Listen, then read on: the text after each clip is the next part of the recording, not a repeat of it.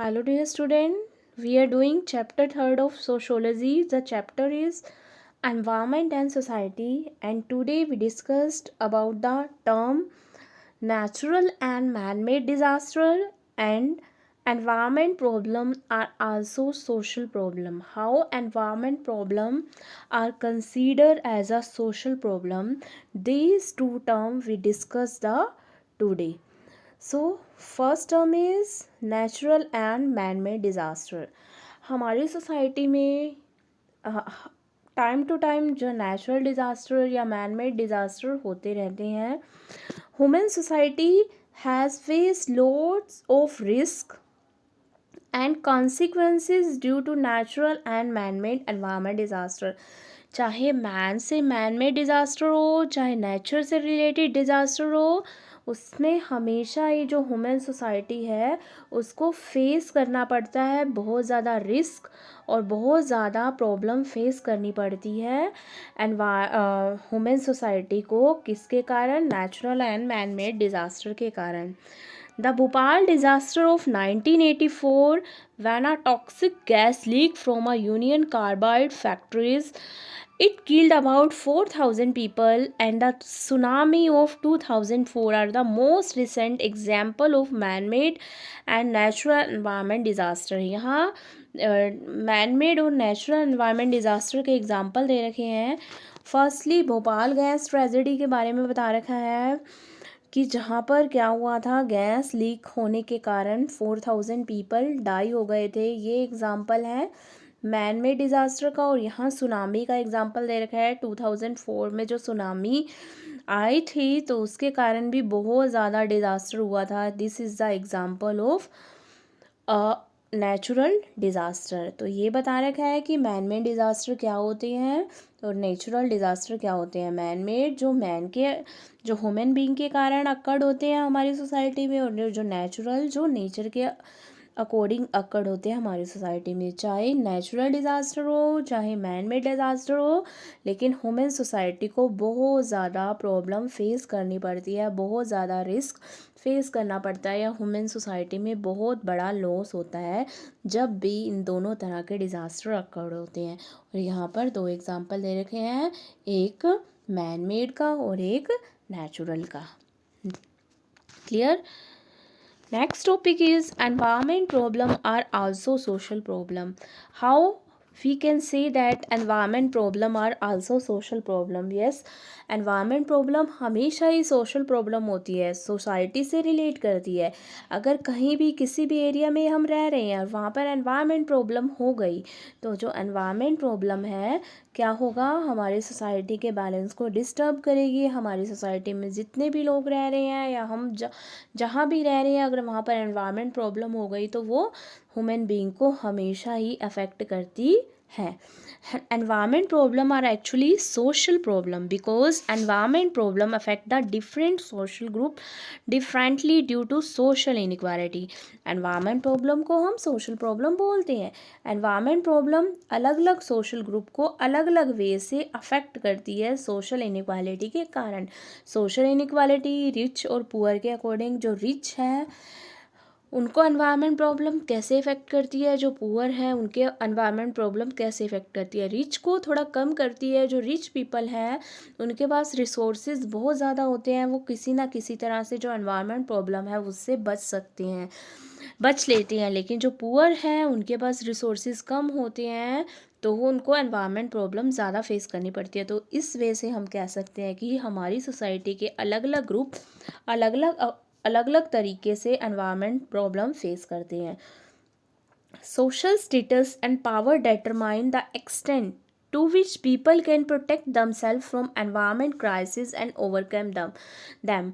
जो social status है और जो पावर है इसी पॉइंट से रिलेट कर रहा है. वो डिटरमाइन करता है कि लोग कैसे अपने आप को एनवायरनमेंट क्राइसिस से बचाते हैं, कैसे उनको दूर करते हैं. जैसे ग्लोबल वार्मिंग का कंसेप्ट है, जो अर्थ का टेम्परेचर कंटिन्यूसली राइज होता जा रहा है, बढ़ता जा रहा है.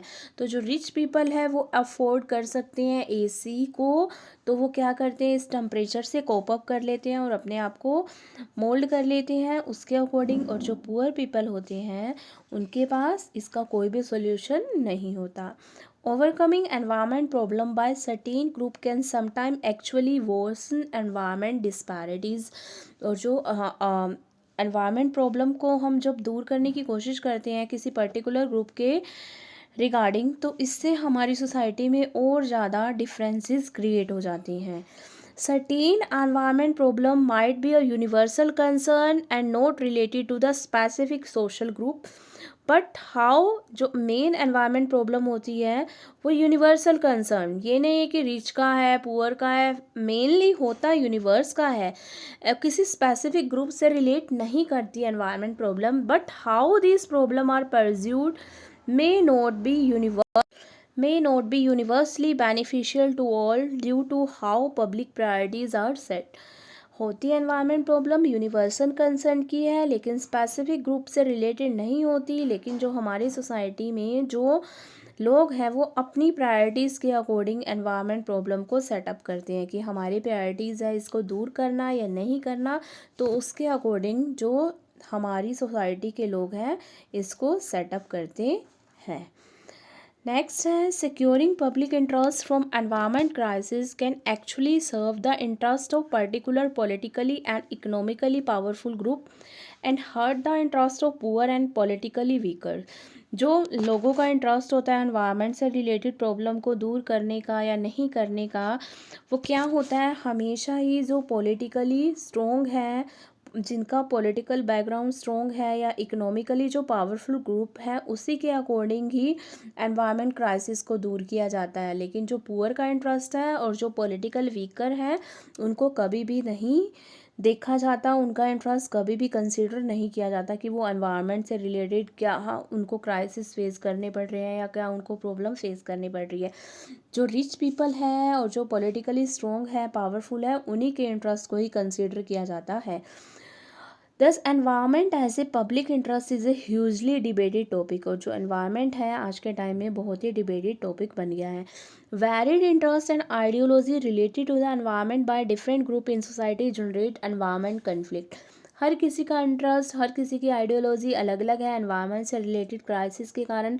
कोई बोलते हैं इसको दूर करना चाहिए, कोई बोलते हैं इसको नहीं दूर करना चाहिए, तो जिसके कारण हमारी सोसाइटी में बहुत सारे ग्रुप मेक हो जाते हैं जिसके कारण हमारी सोसाइटी में कन्फ्लिक्ट अराइज होते हैं। लोगों की सेम आइडियोलॉजी नहीं होती, सेम इंटरेस्ट नहीं होते, सेम आइडियोलॉजी और सेम इंटरेस्ट न होने के कारण हमारी सोसाइटी में एनवायरनमेंट से रिलेटेड कन्फ्लिक्ट अराइज हो जाते हैं। To address such environment problem, it is required to change the environment-society relation that exists in society। इस एनवायरनमेंट प्रॉब्लम को दूर करने के लिए सबसे पहले हमें हमारी सोसाइटी के रिलेशन को चेंज करना पड़ेगा। To change environment society relation it need effort to change relation between different social group. जो अलग अलग सोशल ग्रुप में जो रिलेशंस हैं हमको पहले उनको दूर करना होगा, उनको चेंज करना होगा। लोगों की थिंकिंग लोगों के इंटरेस्ट को चेंज करना होगा। जो लोगों ने डिवाइड कर रखे हैं सोसाइटी को रिच पुअर के बेस पे, तो सभी के कॉमन इंटरेस्ट को कंसीडर करके हम एनवायरनमेंट प्रॉब्लम को सोल्व कर सकते हैं। किसी पर्टिकुलर ग्रुप के इंटरेस्ट को कंसीडर करके हम यूनिवर्सल एनवायरनमेंट प्रॉब्लम को सोल्व नहीं कर सकते।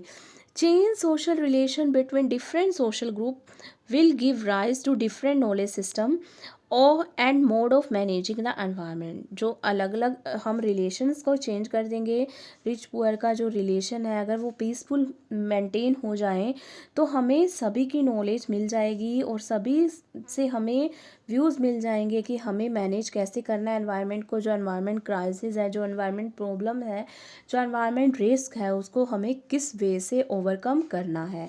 अगर हमारे रिलेशंस आपस में स्ट्रॉन्ग हो गए डिफरेंट सोशल ग्रुप के।